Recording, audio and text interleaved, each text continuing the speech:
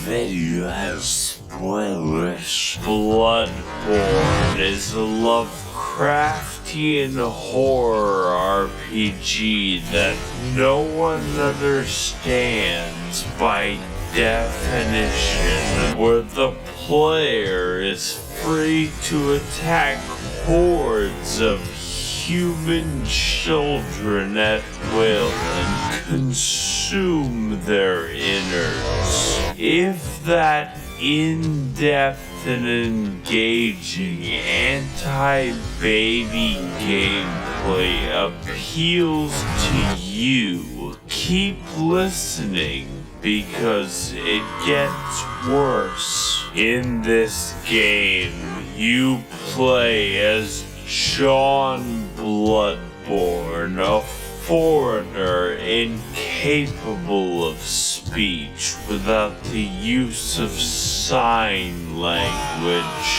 and stricken with Habsburg disease, comes to the ancient city of London seeking treatment for the sins of his cousins. In doing so, he will begin hallucinating talking dolls, spider people, and the great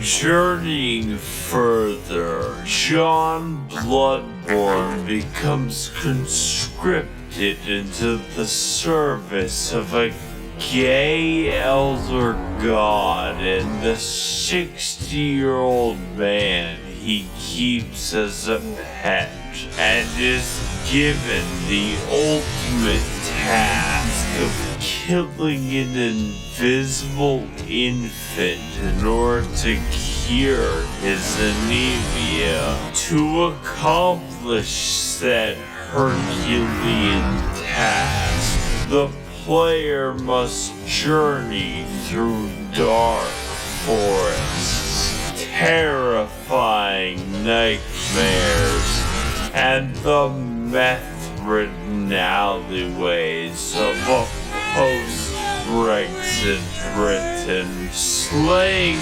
monsters, exploring, and tricking women into being impregnated by gods so you can consume the child. This game is an excellent realization of a Metroidvania with something new around every corner. A great action RPG which pits you against insurmountable odds and extreme challenges, and has a gripping story and lore about discovering the Eldritch truth.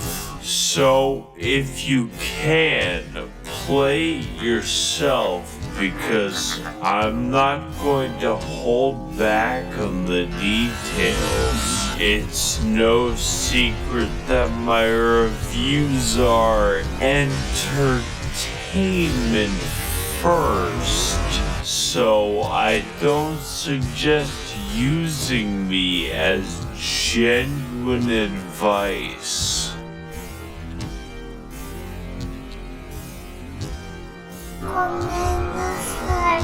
However, most people can't play this game ever, because you have to buy a $400 magical box sold by the wizard Sony in order to experience it. And even then, you get to see it in an amazing 30 frames per second with no anti-aliasing. For this game to be seen, I beg of you. In fact, I can assume that a lot of people watching this video will basically never play the game, but keep watching because I'm hilarious and original. Do that,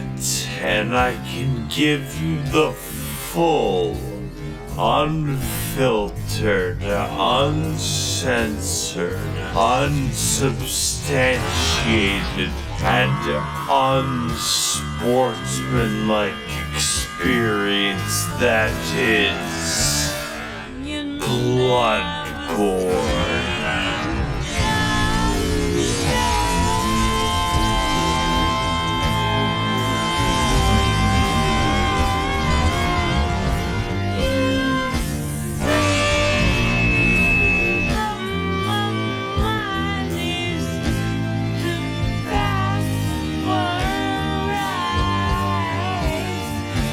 The gameplay is what makes this game great, and the easiest way to describe it is simple but complicated. On a simple level, your baby brain is responsible for only two tasks: dodging and hitting. And dodging in this game renders you temporarily invincible. Sounds easy, right? Wrong. Because every single enemy is adjusted to keep pace with you. Basic enemies are basically able to whoop your ass into fucking non-existence. Every encounter, therefore, is tense and engaging. When you kill someone, it's because you were faster and had more meth than they did.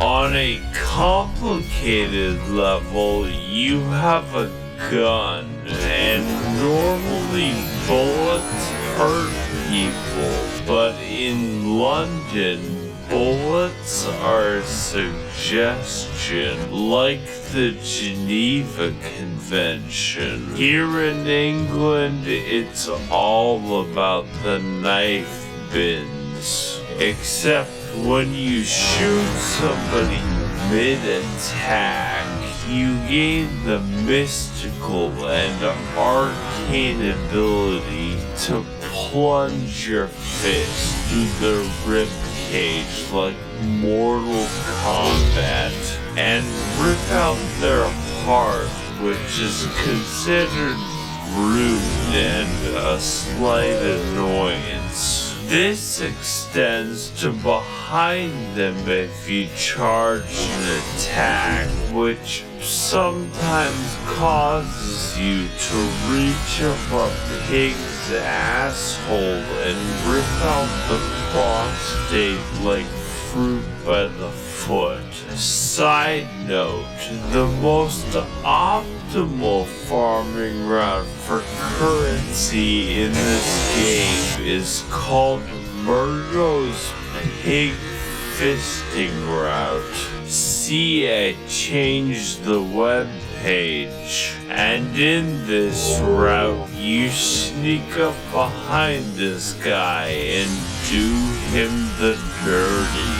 Then entice these two swine-dealer bastards to be mauled to death by members of Organization 13. Repeat 50 times. On a complicateder level, every single weapon in the game has two different modes with two different movesets, and transforming between them gives you special attacks in addition to running attacks, plunging attacks, attacks,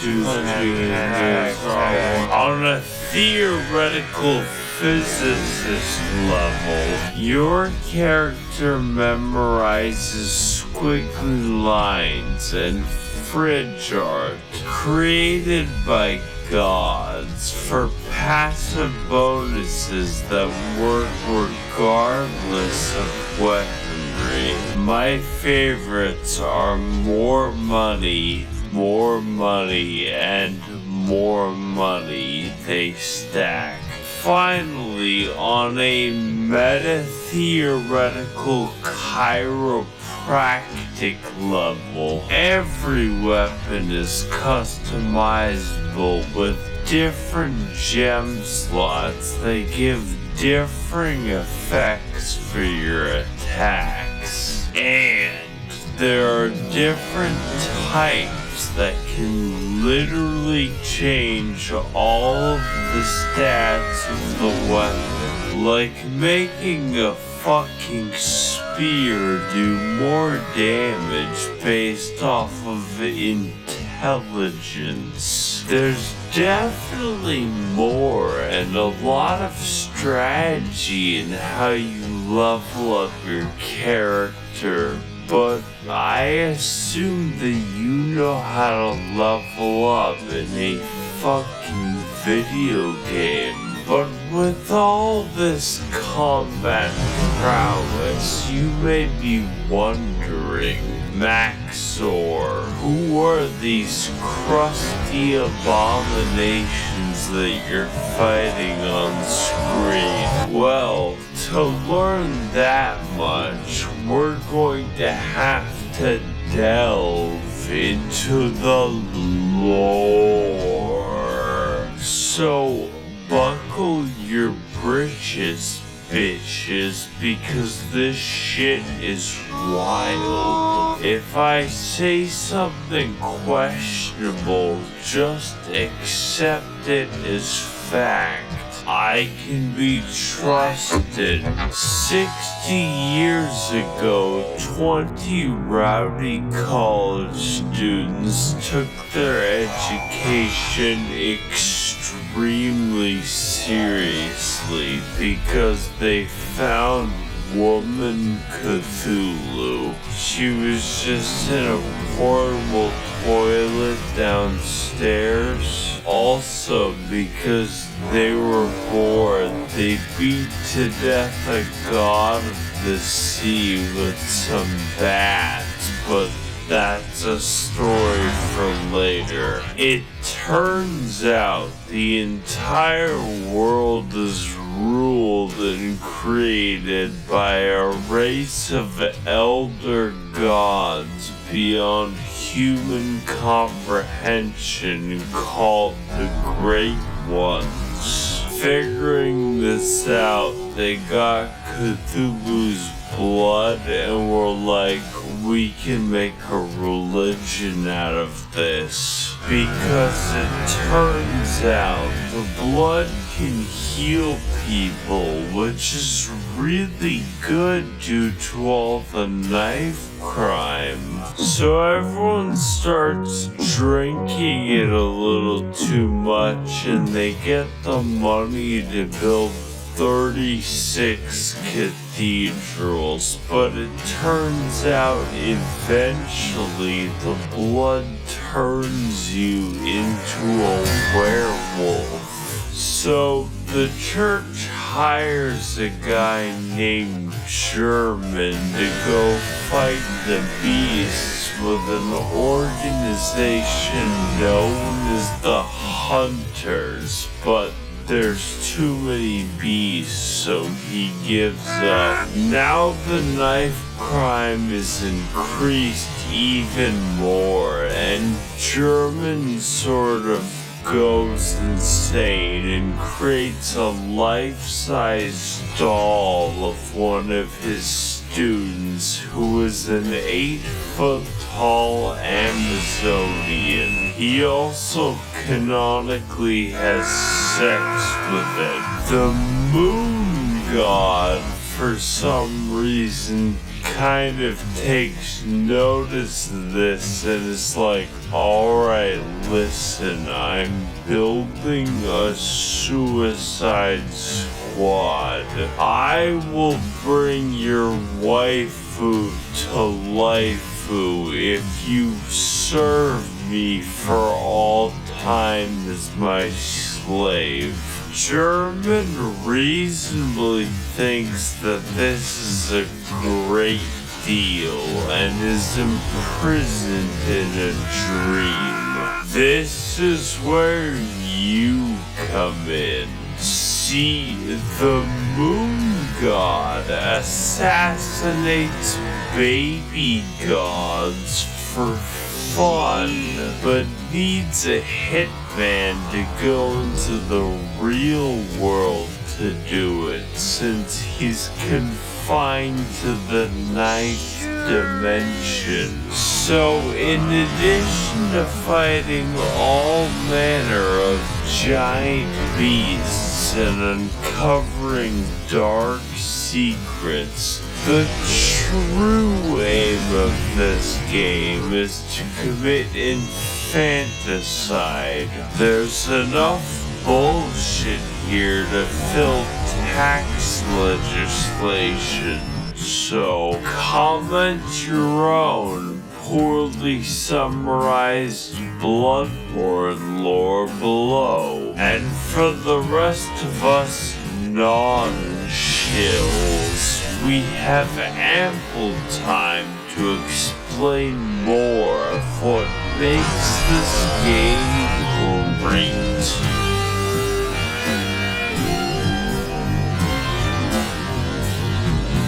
Yes, you have been jinxed. I am talking about bosses before I talk about the levels. In most video games, bosses cap off areas, but in Bloodborne, areas are preambles to a dick flattening.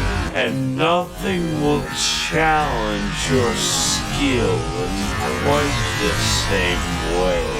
Except for the goddamn witches of Hemwick, who were placed into the game for disability access. You can probably tell that Bloodborne is a hard game.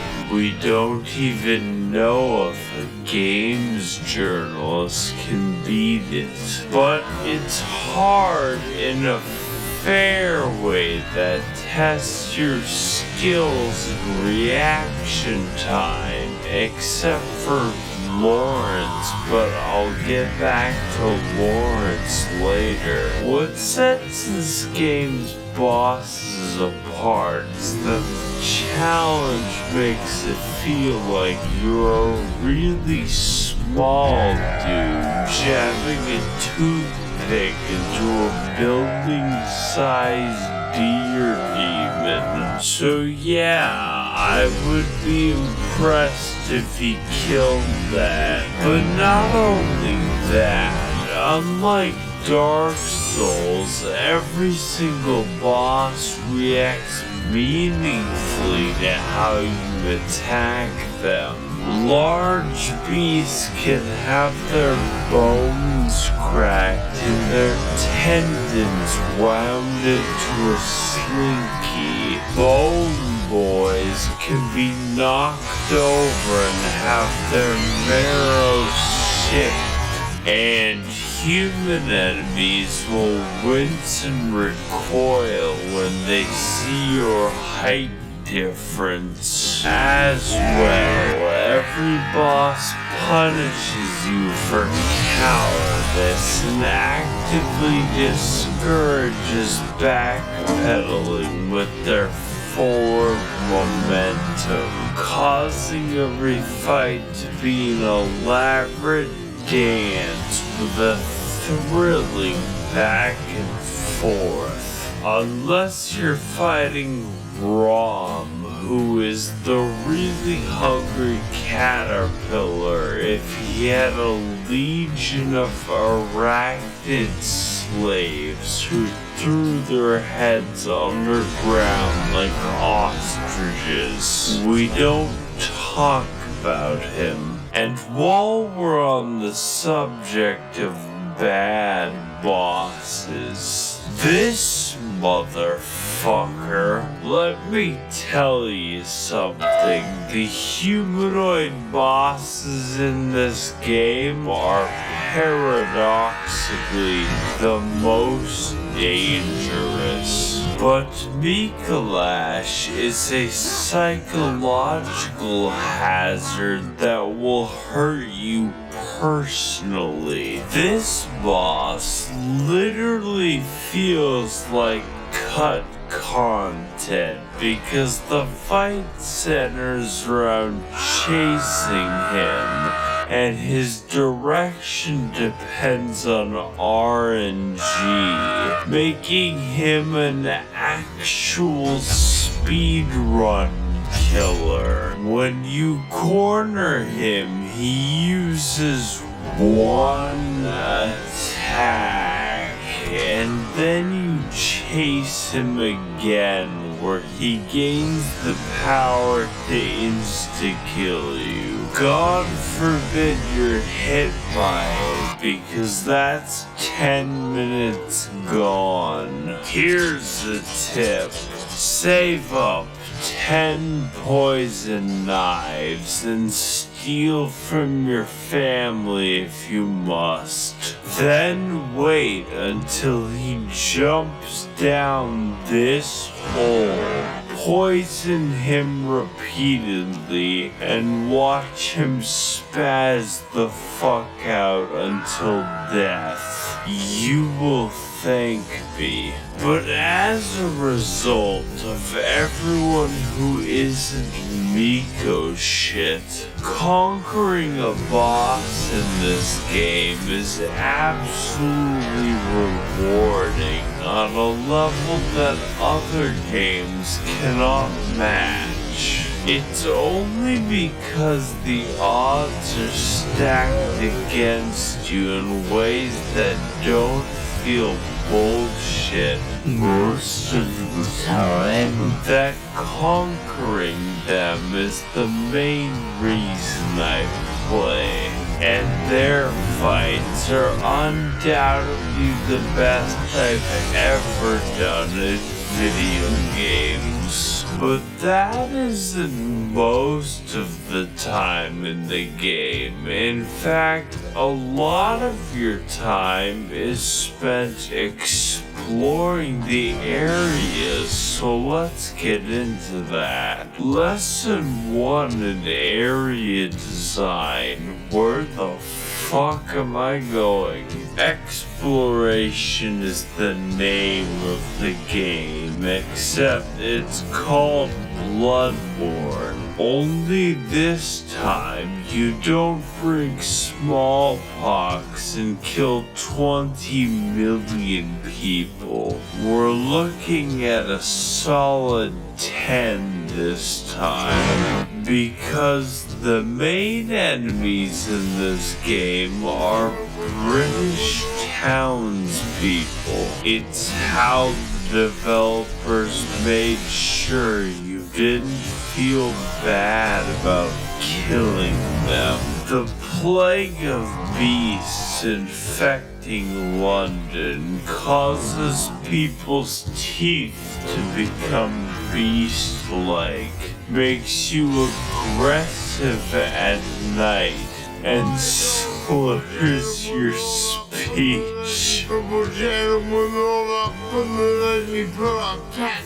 So it's up to you to stop them as a hunter should. If you don't look up where to go next in this game, good fucking luck. People get lost all the time. Get used to it. This game doesn't do exploration like, oh look, there's loot in this hallway, my dopamine's gonna go crazy. That's baby shit. This is Daddy's Exploration, where you find a route back to a place you were in 10 hours ago. And I hope you weren't expecting a mini-map or any map. Every single hallway is a rabbit hole of discovery, and your hand isn't held. Case in point, Cathedral Ward is a level, but feels like a hub area because it connects to fucking everything. And where you start the game is in the middle of a loop-de-loop involving torturous experimentation. Just look at the fucking map of this game. Everything overlaps. And yes, there is a level called Nightmare Lecture Hall, and no, it does not connect to the Altar of Despair, although you would think that. Fittingly, the lecture hall is the smallest area, and more fittingly, 90% of the combat is graduates throwing cum at you.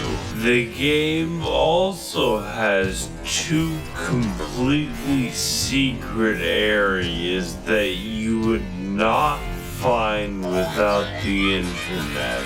I would tell you how to enter, but I don't want to do calculus. And what you get at the end? Upper Cathedral Ward is legitimately a horror area in a game loved for its combat, because it's filled with enemies who act out my greatest fears. Stealing currency permanently gives me fucking chills every time I talk about it. Castle Canehurst is proof that From Software hates us all, since the best area in the entire game requires you to go to the Field of Corn in Ohio and track down Waldo. But it's worth it to invade the house of that parasitic queen dwelling in her demented castle, so that she may feel the wrath of the proletariat.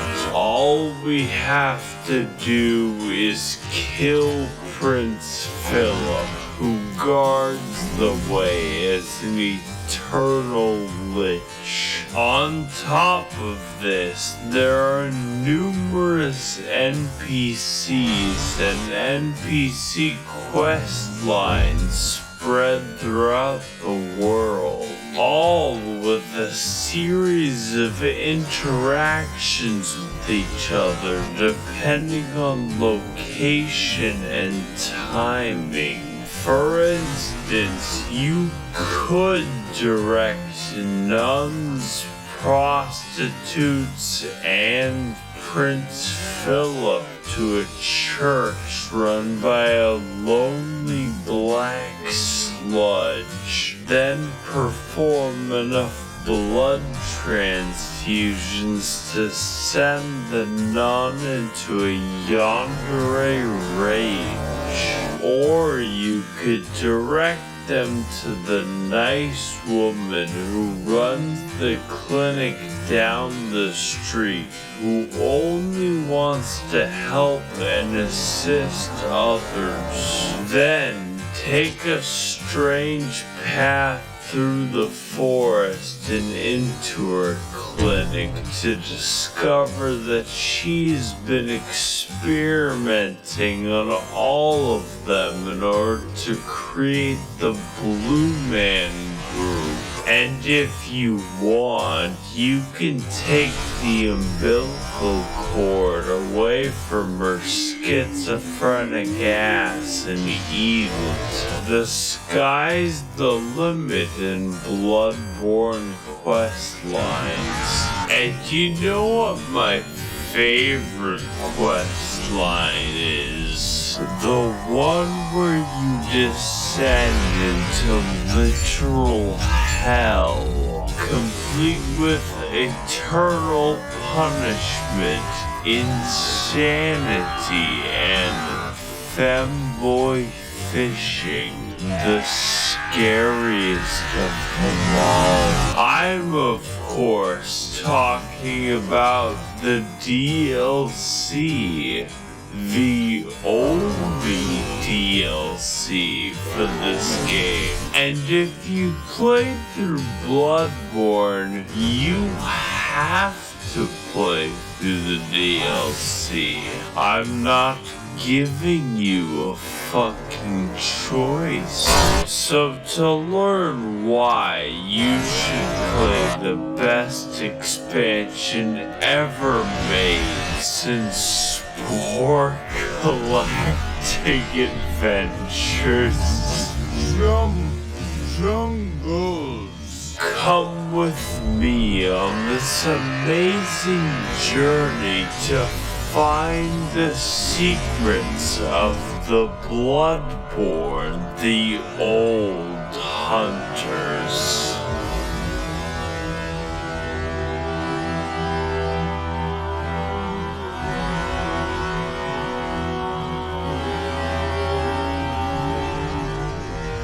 I want you to imagine hell.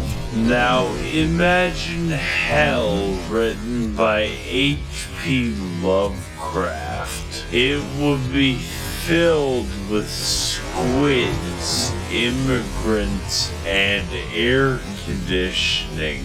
This DLC has none of that except the squids. For you see, those college kids from the lore section of the video were built fucking different.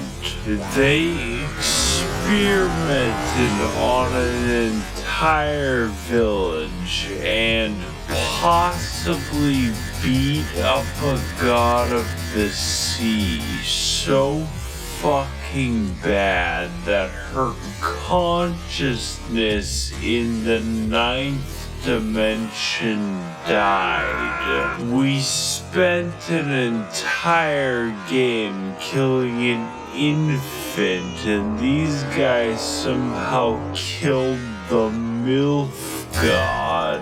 But anyways, in the process of this, it cursed them and all of the hunters to be doomed to a hell upon death, where they will hunt in a bloodthirsty rage without rest for all eternity, indistinguishable from a political subreddit.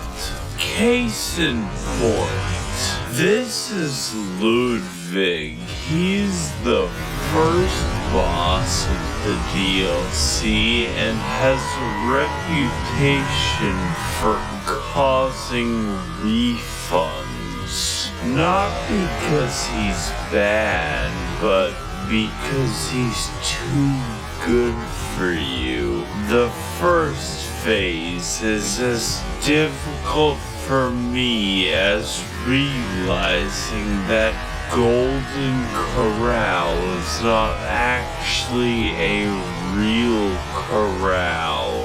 But like every restaurant except Golden Corral. The rewards at the end are delicious because his second phase is even harder. Now, I'm not going to lie, this DLC has 4 bosses and 3 of the hardest bosses I have ever fought in any video game ever.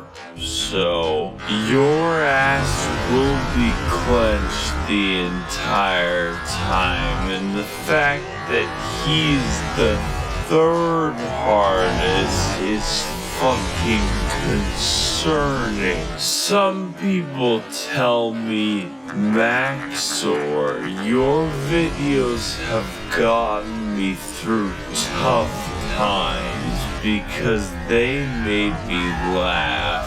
But like this boss, you are the one who is truly overcoming these challenges. And I believe in your ability to beat both of them, King.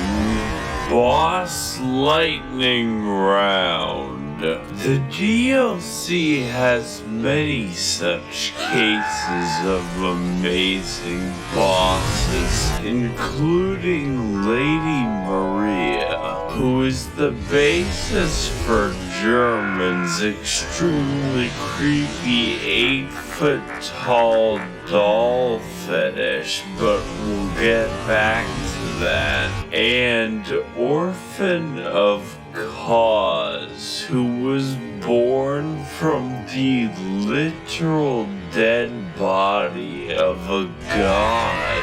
If you enjoy the sensation of being beaten to death with a sharpened placenta, this is the fight for you. And as with everything that From Software makes, they threw in a boss that they didn't really finish and called it a day. I'm of course talking about Lawrence, which is a very mundane name for a fire monster locked in hell. Take my advice, don't fight Lawrence. You only lose a part of yourself, since this boss fights you by dropping off his own legs and then violently vomiting and shitting lava everywhere. I've always wanted my game about dynamic dodging and elaborate fencing to be reduced to shitty area denial like it's Team Fortress 2. To wrap things up, the music of this game is pretty good, but the DLC music is fucking insane. I don't know what it is about Japanese composers being able to make better symphonies than the continent that invented them, but just take a listen.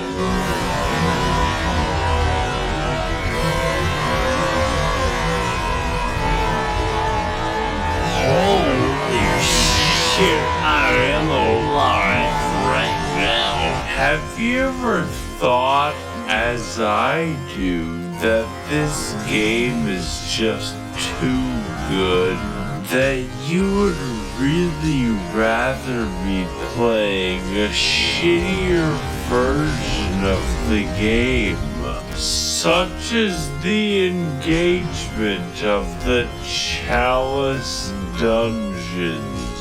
I, of course, jest. They're fine, probably, except for half of them, because Bloodborne has an optional system of infinite dungeon generation for all of those who wish to break free of the shackles of good level design. Let's talk about how, and more importantly, why.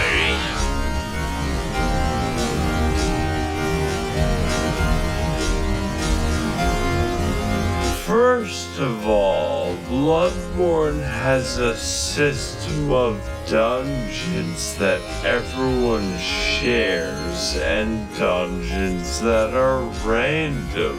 For my footage, I played the shared dungeons that you can be guaranteed the pain you witness on screen is mandatory.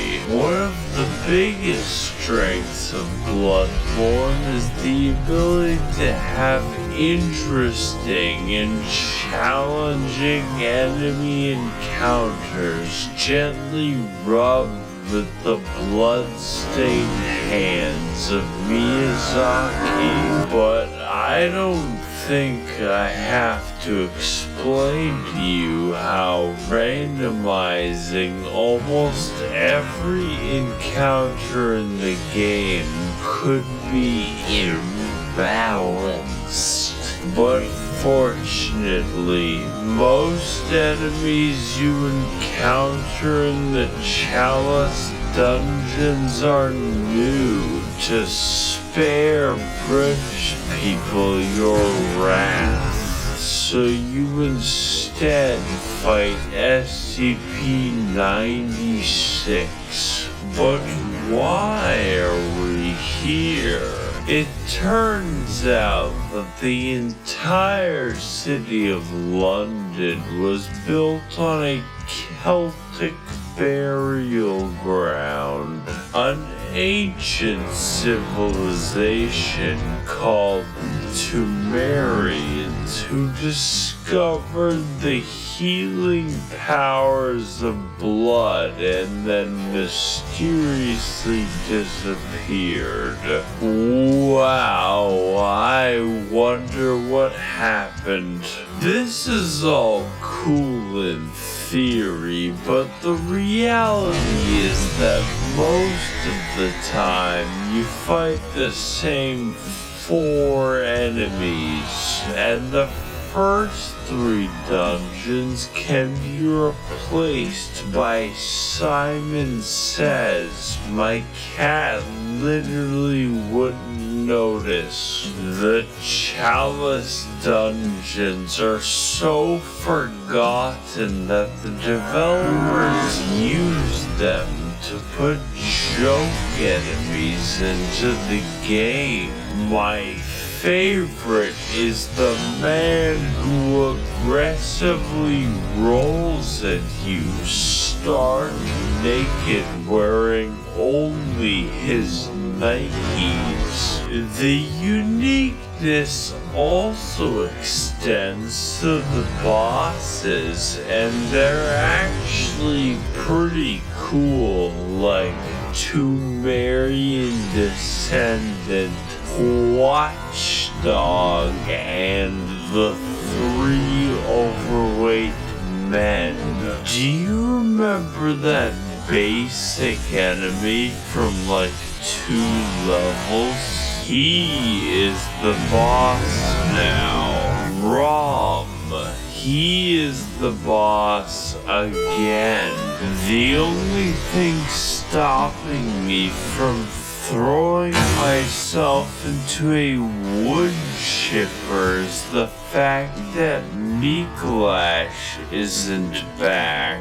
And if you're going to have replays, you probably want to make sure that they're actually good. In fact, The bosses are so fucking imbalanced that the watchdog fight is primarily comprised of instant kill attacks. I beat Sekiro backwards on a keyboard, and this shit is too fucking much. Now, normally that would be all, but the dungeons go deeper. What we've discussed so far is merely the surface, and there is a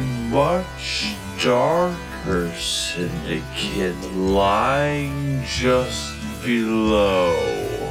These places you must never venture, for they are the save edit dungeons, whereby through wizardry the community are able to conjure up deep, dark chasms and share them with the rest of the world.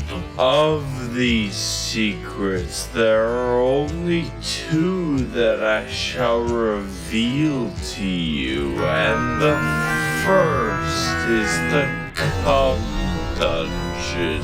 Yes, you heard that correctly and clearly. The Cum Dungeon is the name of the most optimal farming route ever conceived by the fucking cricket people who do this shit, whereby the player enters the chasm of place name and watches as a high-level boss yeets itself off a cliff. Murgo's pig fisting route can give you 10,000 echoes. This gives 83,000. And if you thought that sorcery was bad, it gets much worse. You can insert anything from the game files by save editing a chalice dungeon. Anything. This includes cut and unfinished content from the game that the developers forgot to delete. Like this doggo who attacks you with invisible lightning. Overall, the chalice dungeons are bad. They're not actually very fun to play, and yet I love them. Everyone loves them because they allow us to further explore a long-dead game with the help of a passionate community. Now, before we sign off, I know what you're thinking. Max0r, what about the multiplayer? That I would love to talk about with all the footage I have, but it's dead. If this game releases on PC, and it better, then I will talk about the multiplayer extensively. And finally, this game and this video would not be complete if I didn't talk about the Hunter's Dream. After all the combat, the battles, and the difficulty of this game, it's nice to have a place to recharge, purchase items, upgrade weapons, and watch as it violently burns to the ground. This is where you'll find German slowly wasting away as his soul remains captive for an eternity, and his doll waifu that he sold his existence to be with. She talks to you, levels you up, offers you advice, and German says you're allowed to have sex with her. When I fell down and felt defeated, she was there to pick me up. When I emoted at her randomly, she pretended to be impressed, and she was there, graciously standing in the background of this one shot that I took of myself. She is our waifu now, and the game is perfect and complete because she is in it. Now excuse me as I engage in the supplementary lore material. Should you get the game, yes, absolutely, I am biased. In fact, you should physically enter Sony's headquarters and demand that it be ported to PC. I will be right there with you. Tasers will not stop me. I would like to thank the corrupt hackers and politicians funneling money into this channel directly from the taxpayer. If you would like to contribute your funds accrued through extensive federal government corruption, you can head to my Patreon to learn more. I would also like to thank the kind denizens of the Mythbusters Smut Discord who sent me half the memes in this video. And as always, thank you for watching.